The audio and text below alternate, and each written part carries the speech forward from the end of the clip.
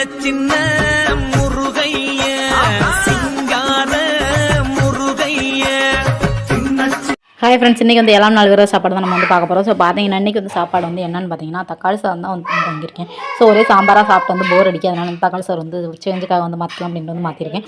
So அதுக்கப்புறம் பார்த்தீங்கன்னா எங்கள் அம்மா வந்து இந்த பக்கம் வந்து சாமி பாட்டு வைக்கலாம்னு சொல்லிட்டு சாமி பாட்டு வைக்கிறாங்க. அதுக்கப்புறம் பார்த்தீங்கன்னா என் தம்பி ஒரு பக்கம் வந்து சாமிலாம் வந்து கும்பிட்டுருக்கப்பல சாமி கும்பிட்டு சரின்னு சொல்லிட்டு நாங்கள் வந்து அதை வந்து தொட்டு கும்பிட்டு சரின்னு சொல்லிட்டு சாப்பிட்லான்னு சொல்லிட்டு என் தம்பி ஒருக்கனே வந்து காலையில் மதியம் வந்து இப்போ 2-3 நாளாக வந்து காலையில் மதியம் வந்து சாப்பிடாம இருக்கேன்னா. ஸோ அதனால் வந்து ரொம்ப சீக்கிரமாக பஸ் வந்துடும். ஒரு 7 மணிக்கெலாம் நாங்கள் உட்காந்து சாப்பிட்ருவோங்க.